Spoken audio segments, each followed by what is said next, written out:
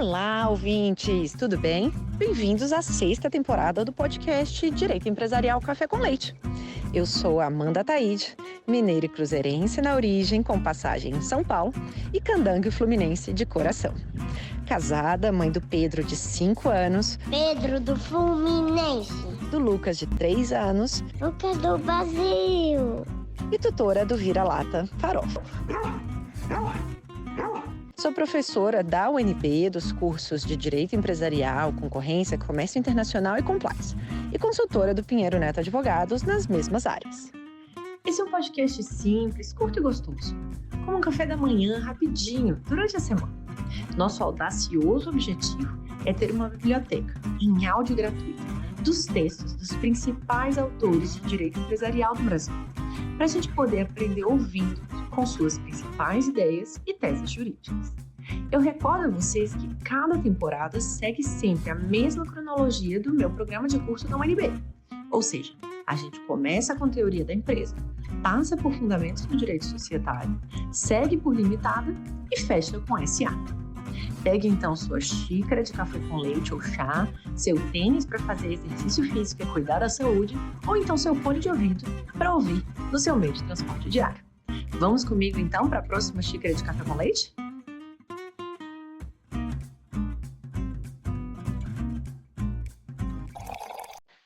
A nossa xícara de café com leite de Direito Empresarial de hoje vai tratar da dissertação de mestrado da Stephanie Rocha, defendida em 2022, a qual eu tive a enorme honra de ser a orientadora. E para isso a gente vai ter a alegria de contar com a participação da própria autora, a Stephanie Lara dos Reis Rocha, para participar e comentar a sua dissertação de mestrado. A Stephanie é professora voluntária de Direito Industrial da UNB e mestre pela mesma faculdade, pela UNB, a qual eu sou professora e tive a alegria, como mencionei, de ser orientadora da pesquisa. Ela atua principalmente em direito empresarial, prestando consultoria e assessoria societária, incluindo a elaboração de atos societários, contratos empresariais, planejamento e reestruturação societária, além de assessoria na resolução de conflitos e acompanhamento de assembleias gerais e reuniões de sócios. Stephanie, muito obrigada por ter aceitado o convite para participar do podcast, por apresentar, de um modo simples, curto e gostoso, o tema da reparação civil de danos aos acionistas minoritários e a sua perspectiva comparada. Bom dia, Amanda, tudo bem? Primeiramente, eu que agradeço o convite. É uma honra realmente estar participando do Café com Leite. É um podcast que eu já acompanhava há algum tempo. Acho que todos que gostam de direito empresarial, e principalmente quem é da UNB, esse podcast vem sendo extremamente relevante, né, para a gente conseguir escutar professores e diversos doutrinadores que realmente são referência para a área. Então, para mim é uma honra estar participando. E ainda tenho um plus de ser convidada pela minha orientadora, então a Amanda acompanhou, né, de perto todo esse processo de construção dessa dissertação e até o resultado final que foi apresentado no final do ano passado.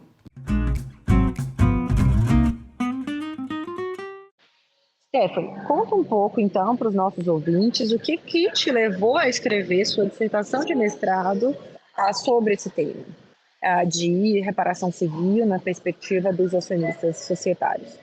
E mais, por que você escolheu abordar o tema sob a perspectiva comparada entre o direito brasileiro e o direito norte-americano? Professora, esse é um tema que sempre me gerou muita inquietação. E até invertendo um pouco a ordem, né, das perguntas, acho que o motivo de deixar nesse trabalho a análise comparada é porque, para mim, tem uma grande relação, inclusive, com o motivo desse problema ter me gerado tanta inquietação. Quando eu comecei a procurar os temas para preparar o meu projeto para o mestrado, e aí ainda não tinha nem realmente para me candidatar à vaga ao mestrado da UNB, eu comecei a me deparar com algumas notícias que colocavam ali acordos que estavam sendo celebrados entre companhias brasileiras e acionistas dessas companhias brasileiras, mas que tinham comprado as ações nos Estados Unidos especificamente. E quando eu fui analisar, realmente esses acordos colocavam ali que as companhias brasileiras estavam celebrando acordos com o objetivo de indenizar acionistas americanos que tinham sido de alguma forma lesados por condutas praticadas ou pelos controladores ou por administradores dessas companhias brasileiras. E aí, quando eu fui olhar e me aprofundar, eu falei, ok, esses acordos estão sendo celebrados nos Estados Unidos, mas o que está acontecendo aqui no Brasil? Porque eu não tinha realmente visto nenhuma notícia semelhante aqui. E aí, quando eu fui pesquisar, eu verifiquei que aqui no Brasil até existem ainda ações que discutem os mesmos fatos que estavam sendo objeto daquele acordo. Mas aqui no Brasil, os acionistas da mesma companhia ainda não tinham conseguido nenhum tipo de ressarcimento e não tinham nenhum acordo já desenhado.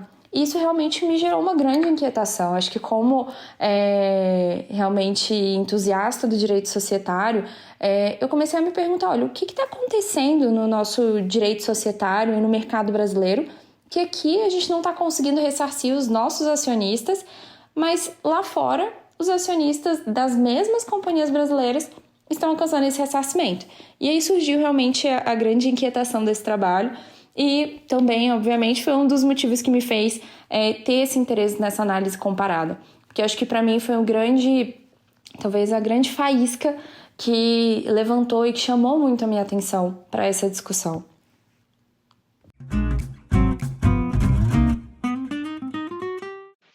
Então, para a gente começar a entender o que é o regime jurídico da responsabilidade civil dos administradores e dos controladores na SA, coloca para a gente, né? Vamos colocar a bola no chão, conta para a gente o que é cada um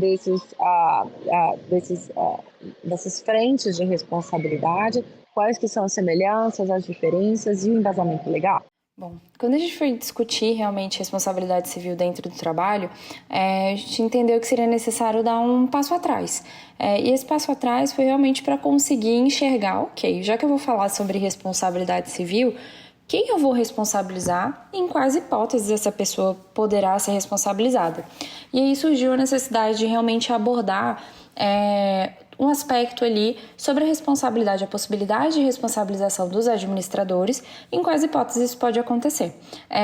Quando a gente faz essa análise, a gente acaba voltando até um aspecto muito basilar dentro do direito societário, que são as discussões relacionadas à função social da propriedade. Quando a gente tem a Constituição de 1934, que incorpora a ideia da função social, a gente tem uma ruptura entre o momento em que a gente tinha uma visão muito contratualista e que prezava realmente pelo capital, e a gente passa para um momento em que essas companhias passam a ter como um dos seus objetivos alcançar os interesses sociais. E aí aqui não mais só o interesse do acionista, o interesse econômico, mas o interesse da sociedade, o interesse dos empregados, dos fornecedores e de todos aqueles que de alguma forma se relacionam com essa companhia. Quando a gente expande realmente essa perspectiva, surge uma alteração tanto da função que era exercida pelos administradores quanto pelos controladores. Os administradores deixam de estar ali com o único objetivo de alcançar o interesse do capital, mas também como um grande guardião dos interesses sociais que podem ser alcançados por essa companhia. E da mesma forma, o controlador sai de um cenário em que ele tinha uma defesa muito restrita àquelas suas perspectivas e objetivos pessoais, e também surge ali a necessidade que ele busque alcançar um interesse social mais amplo do que o seu objetivo pessoal para essa companhia. E aí, dentro desse contexto, os administradores passam ali, nos termos do artigo 153 e 157 da Lei das SAs, a assumir uma série de deveres perante essa sociedade, e os controladores também passam a assumir ali, principalmente a obrigação de não atuar com abuso de poder. Aqui é importante a gente realmente não perder de vista que um dos pontos centrais é entender qual é a função que cada um deles exerce dentro dessa companhia, né? O administrador, ele exerce uma função, ele está ali como um órgão da companhia. Então, o objetivo do administrador é efetivamente representar os interesses dessa companhia. Em momento algum, ele pode se manifestar ou tomar decisões prezando por interesses particulares ou interesses de terceiros que não da própria sociedade, da função social daquela empresa. Já o controlador, ele assume uma posição de dualidade, né? Ele tem, ao mesmo tempo, a necessidade de preservar os interesses sociais dessa companhia, mas também de preservar os seus direitos particulares. Nesse contexto, o que surge para o controlador é a necessidade de criar um equilíbrio e de assegurar que sempre que ele for, obviamente, buscar os seus interesses pessoais, esses objetivos devem ser convergentes com os interesses sociais e com o objetivo dessa companhia. Uma vez que a gente compreende a função que é exercida tanto pelos administradores, pelos controladores, a gente consegue passar realmente para uma análise aí sim de quando eles podem ser responsabilizados. Por óbvio, quando a gente trata de responsabilidade dentro do contexto societário, a gente tem que voltar para o artigo 49 do Código Civil, que prevê que, via de regra, a responsabilidade pelas condutas e pela atividade empresarial é da própria sociedade empresária. Essa responsabilidade ela só vai ser atribuída ou para o controlador ou para o administrador em hipóteses em que eles, de alguma forma, atuem em violação às suas obrigações. No caso dos administradores, caso o administrador atue com dolo ou erro grosseiro ou em violação à lei ou ao estatuto, e no caso do controlador, quando ele de alguma forma atue com abuso de poder, indo além ali da compatibilidade entre os seus interesses pessoais com os interesses da sociedade. Nesse sentido, a gente percebe e é possível compreender que o direito societário brasileiro, ele incorporou a teoria do Business Judgment Rule, trazendo ele como foco a aplicação de uma responsabilidade subjetiva. Ou seja, eu só posso ter a responsabilização do administrador e do controlador quando esses, de alguma forma, adotem condutas que violem as suas obrigações e que afetem ali a alocação de riscos que tinha sido assumida por essa sociedade. Eu não tenho uma responsabilização direta dessa gestão sem que, de alguma forma, eles tenham violado as suas obrigações. A teoria do Business Judgment Rule ela é muito importante para criar realmente um equilíbrio e um ambiente em que você possibilite com que a gestão exerça a gestão da companhia. Então, a ideia dessa teoria é você criar o espaço para que o administrador tenha a segurança jurídica de saber que, enquanto ele está ali exercendo a sua atividade, assumindo riscos, assinando contratos, fechando negócios, enfim, gerindo essa sociedade, que ele não vai ser responsabilizado se eventualmente esse negócio não for bem sucedido, se eventualmente não alcançar o lucro esperado. Ele só vai ser responsabilizado caso ele atue com dolo, erro grosseiro, ou no caso do controlador, em abuso de direito. A teoria do Business Judgment Rule, ela traz ainda algumas balizas um pouco mais específicas, ou seja, entendendo que você só pode ter essa responsabilidade quando a gente trata de uma decisão que foi tomada de forma desinteressada, que essa decisão não foi tomada de forma diligente ou que esse gestor agiu de má fé. Se a gente não tiver nenhum desses requisitos presentes, ou seja, se o gestor agiu de forma interessada, ele foi diligente, ele agiu de boa fé, ele cumpriu a legislação, enfim, a gente não vai ter a possibilidade de responsabilização no direito brasileiro, porque quem vai assumir essa responsabilidade vai ser a própria sociedade empresária.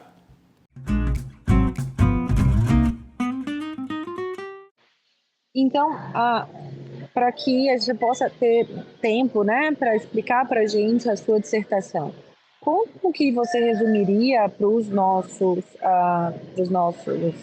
ouvintes, de um modo simples, quais que são os principais mecanismos, tanto públicos quanto privados, de reparação civil para os acionistas minoritários? A gente discutiu bastante, uma imagem que consta da sua pesquisa com a organização de todos esses instrumentos públicos e privados. Explica para a gente cada um daqueles itens que consta a imagem para que os ouvintes possam construir essa imagem na mente deles. Bom, essa imagem que a professora Amanda colocou, ela realmente foi muito relevante durante o desenvolvimento do trabalho, porque a gente adotou uma abordagem ampla. Então, a gente se deparou com mais de 11 mecanismos que poderiam viabilizar um eventual ressarcimento. Então, foi necessário criar algumas subdivisões para realmente criar um mapa mental que organizasse toda essa lógica. E aí, a primeira grande divisão que foi feita foi uma análise do que são os mecanismos públicos e privados, e essa subdivisão realmente parte da premissa de quem teria a iniciativa. Se a iniciativa seria de um particular ou se a iniciativa seria uma iniciativa realmente de algum ente público. público. Dentro dos mecanismos públicos, nós trabalhamos principalmente com 2 mecanismos que foram identificados. Um é a ação civil pública, e aqui é só importante ressaltar que a gente tem uma ação civil pública específica para buscar o ressarcimento de danos causados a investidores. A principal discussão que a gente tinha e que a gente ainda tem quanto a essa ação civil pública é quanto à legitimidade.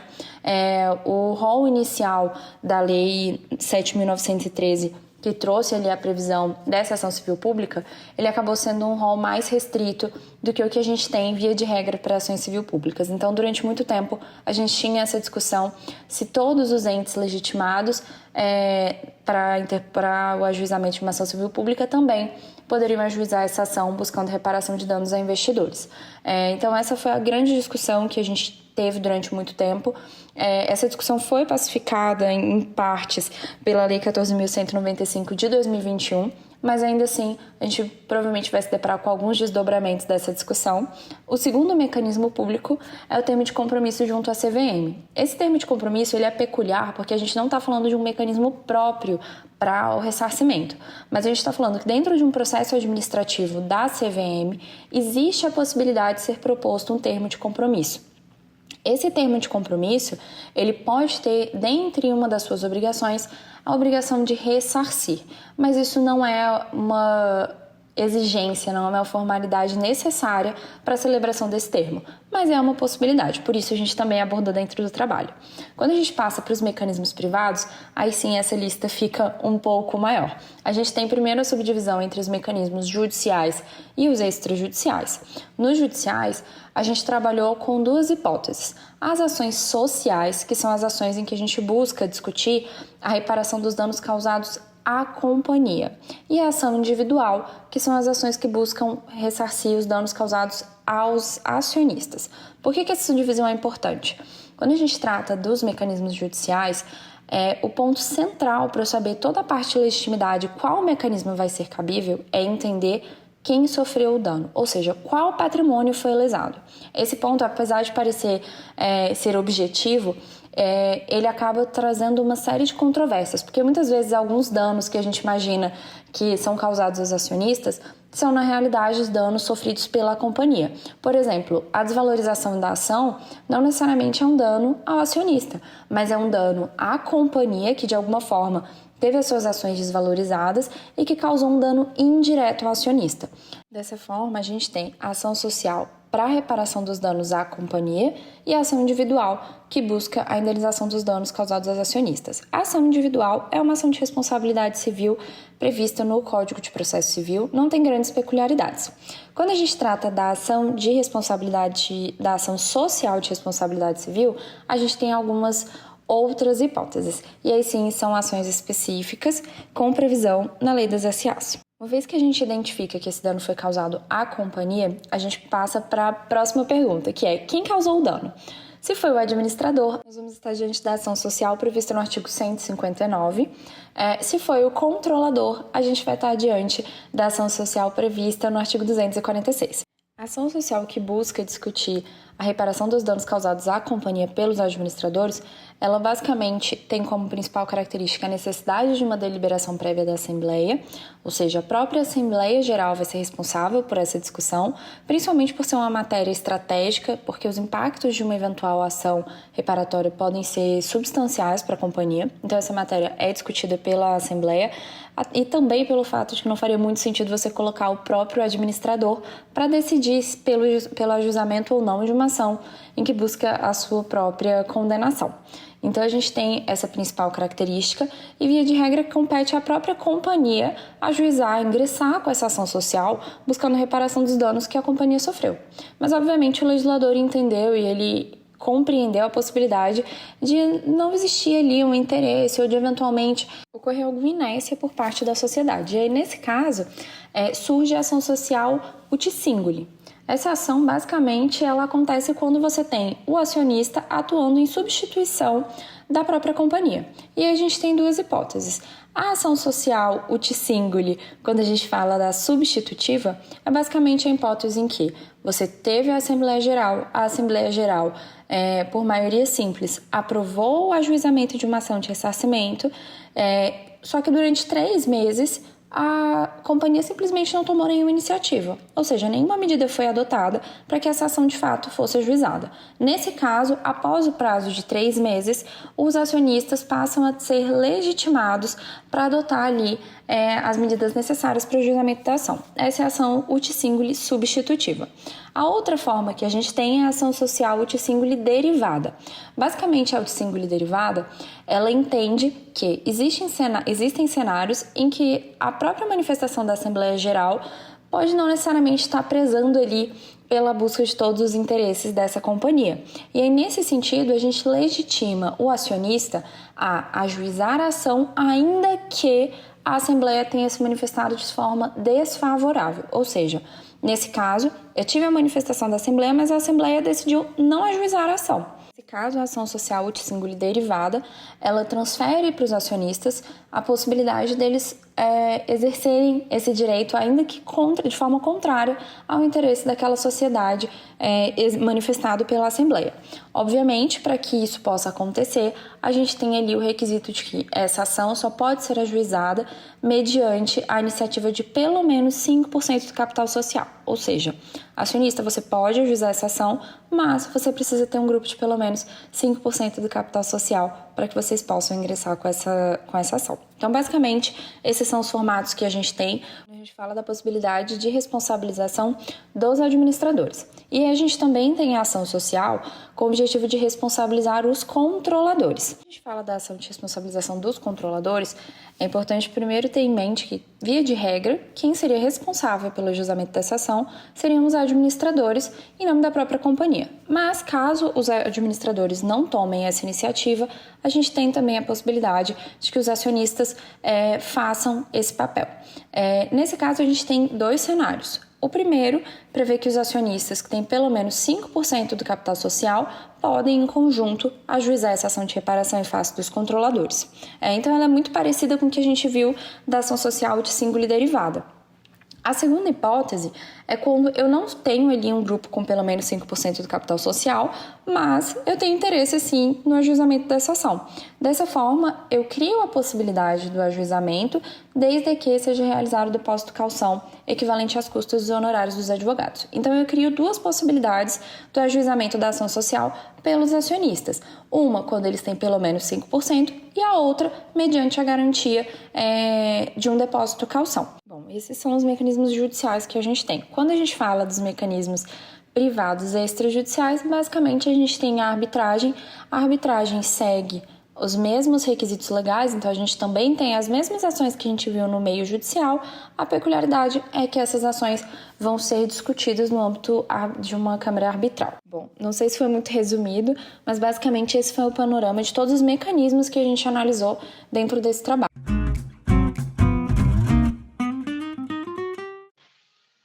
E agora que a gente entende, né, os instrumentos públicos e os instrumentos privados de reparação civil para os acionistas minoritários disponíveis, né, na legislação brasileira, a partir da perspectiva comparada, quais que foram as principais diferenças, né, que você encontrou e como que você vê de eventuais influências do direito norte-americano, da experiência norte-americana aqui no Brasil? A legislação americana ela tem alguns elementos que são muito próximos aos que a gente tem aqui no Brasil. Então, as ações lá também são subdivididas com base em uma análise de quem sofreu o dano. Então, a gente tem as ações que buscam a reparação dos danos causados à companhia e as ações que buscam a reparação dos danos causados aos acionistas. Para mim, a grande peculiaridade reside nos danos causados aos acionistas. Por quê? Lá eles aplicam o que ficou conhecido como a teoria da fraud on the market. Essa teoria, ela basicamente entende que os acionistas são lesados pela mera divulgação de informações fraudulentas. Uma vez que uma informação equivocada, uma informação fraudulenta é disponibilizada no mercado, isso caracteriza um dano para o acionista. E quem é responsável por causar esse dano é a companhia. Ou seja, eu criei um elemento muito mais tangível sobre o que é um dano ao acionista e eu parto da premissa que esse dano ele é materializado pela mera divulgação dessa informação. Então, uma vez divulgada a informação fraudulenta, eu tenho caracterizado um dano ao acionista. O que aqui no Brasil a gente não tem uma regra tão semelhante. A gente vem caminhando para construir algo próximo, mas a gente ainda não tem isso tão consolidado. Então, a natureza, o que é um dano específico ao acionista aqui, ainda é muito mais fluido do que o que a gente tem dessa interpretação nos Estados Unidos. Além dessa questão do dano relacionado à mera divulgação de informação fraudulenta, a gente tem um ponto crucial, que é: nos Estados Unidos, eles tiraram a companhia como do polo de uma vítima e transferiram a companhia como responsável. Isso porque, uma vez que uma divulgação fraudulenta é divulgada, a companhia violou seu dever de confiança para com seus acionistas e, por isso, a companhia pode também ser responsabilizada. Óbvio que eu não vou afastar aqui a responsabilidade dos administradores e controladores que, eventualmente, também foram responsáveis, mas eu coloco essa companhia nesse polo. E aí, nesse sentido, isso acaba gerando ali alguns fatores que podem favorecer a possibilidade de responsabilização e também o fato de que eu tenho uma premissa de dano. Eu não tenho todo o custo e todo o ônus de demonstrar que eu de fato sofri um prejuízo. A mera comprovação de que aquela informação era falsa já é suficiente para caracterizar o dano. Então, isso é um elemento muito relevante dentro da legislação americana. Um outro ponto que para mim também é muito peculiar e que aí aqui a gente tentou criar alguns elementos para conseguir encaixar essa mesma legitimidade dos Estados Unidos, mas infelizmente a gente não caminhou nesse sentido. Qual é esse ponto? Quando a gente trata principalmente da class action, que é uma ação específica, coletiva, que pode ser ajuizada nos Estados Unidos, aqui no Brasil o que a gente teria mais próximo dessa class action seriam as ações civis públicas. Qual é a questão? A ação civil pública específica para apurar danos causados aos investidores, ela tem um rol de legitimados muito restrito e que, principalmente com a alteração com a Lei 14.195 de 2021, ele basicamente se limita ao Ministério Público e à CVM. Ou seja, os particulares, os acionistas que foram lesados, eles não têm legitimidade para entrar para o ajuizamento dessa ação coletiva, diferente do que a gente tem nos Estados Unidos. Nos Estados Unidos, todos os acionistas que sofreram alguma lesão, eles podem ingressar com essa ação de forma coletiva, o que dá mais força para essa ação, reduz alguns empecilhos que a gente vislumbra aqui no Brasil e facilita com que eles alcancem, inclusive, negociações mais vantajosas. E por fim, conta qual que foi o seu achado, qual que foi a sua contribuição resultante da sua pesquisa para o direito brasileiro, Stephanie? Acho que o principal achado desse trabalho, depois que a gente fez esse mapeamento, tanto dos mecanismos públicos quanto privados e também essa análise comparativa, foi compreender que a gente não está diante da hipótese em que a legislação brasileira é omissa quanto aos mecanismos existentes para alcançar essa responsabilidade civil dos administradores e controladores. Contudo, o que a gente vislumbrou é que os acionistas, seja em nome próprio ou em nome da companhia, enfrentam desafios políticos, econômicos, legais e, enfim, uma série de desafios para alcançar a efetiva reparação dos danos, ou seja, existem desafios e entraves práticos que não foram contornados ou solucionados pela legislação nacional e que impedem o ajuizamento dessas ações previstas na legislação ou que a gente consiga alcançar o êxito. Durante o decorrer do trabalho foram identificados mais de 15 desafios enfrentados pelos acionistas para alcançar essas indenizações. É óbvio que esses desafios eles estão ali subdivididos entre os mecanismos públicos e privados, mas demonstram a quantidade de empecilhos que são vislumbrados e que dificultam realmente com que essas ações, esses mecanismos que existem na nossa legislação, que eles sejam efetivos.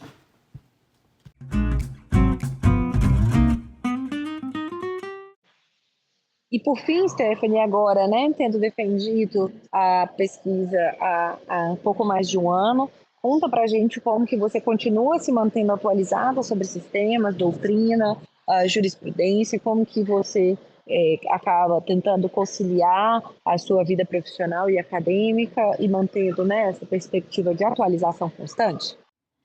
É curioso que a minha dissertação ela começa e termina marcada por 2 casos relevantes, né?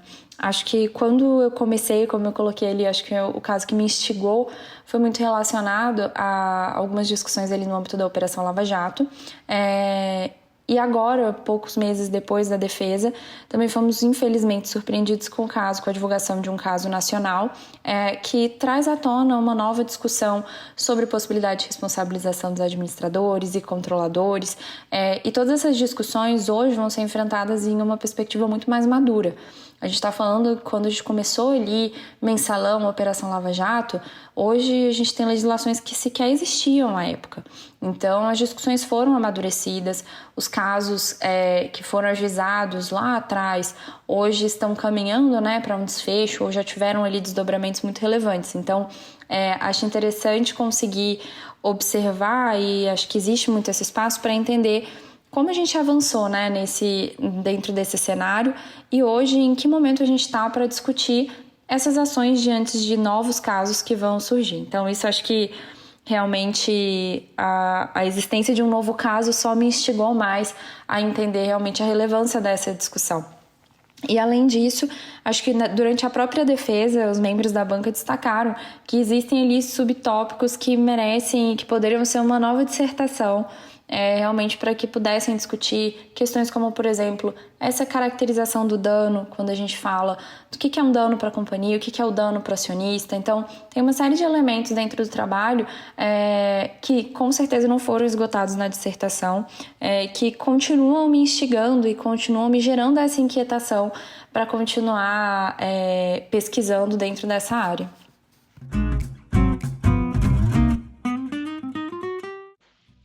Stephanie, super obrigada pela sua participação e foi uma alegria poder aqui fazer, né, essa entrevista para que você pudesse, mais uma vez, apresentar a sua pesquisa. Eu já ouvi ela tanto na banca quanto ao longo de toda a orientação e agora a gente poder propagar a sua pesquisa aqui no podcast. Obrigada e até mais!